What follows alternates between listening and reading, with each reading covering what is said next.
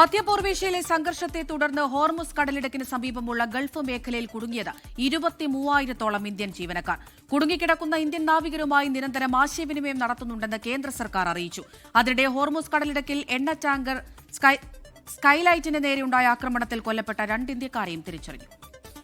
Hormuz കടലിടുക്കിന് സമീപമുള്ള Gulf മേഖലകളിൽ കുടുങ്ങിക്കിടക്കുന്ന കപ്പലുകളിൽ 23,000-ഓളം ഇന്ത്യൻ നാവികരുണ്ടെന്നാണ് കേന്ദ്ര സർക്കാർ വൃത്തങ്ങൾ അറിയിക്കുന്നത്.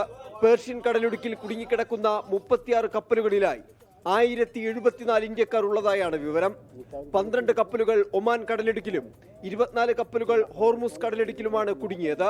കപ്പലുകളിൽ കുടുങ്ങിക്കിടക്കുന്ന ഇന്ത്യൻ നാവികരുമായി നിരന്തരം ആശയവിനിമയം നടത്തുന്നുണ്ടെന്നും കേന്ദ്ര സർക്കാർ അറിയിച്ചു. സംഘർഷ സാധ്യതയുള്ള സമുദ്രമേഖലയിലെ സ്ഥിതിഗതികൾ നിരീക്ഷിച്ചു വരികയാണ്. ഇന്ത്യൻ നാവികരെ സുരക്ഷിതമായ ഇടങ്ങളിലേക്ക് മാറ്റാനുള്ള സാധ്യതകളും പരിശോധിക്കുന്നുണ്ട്.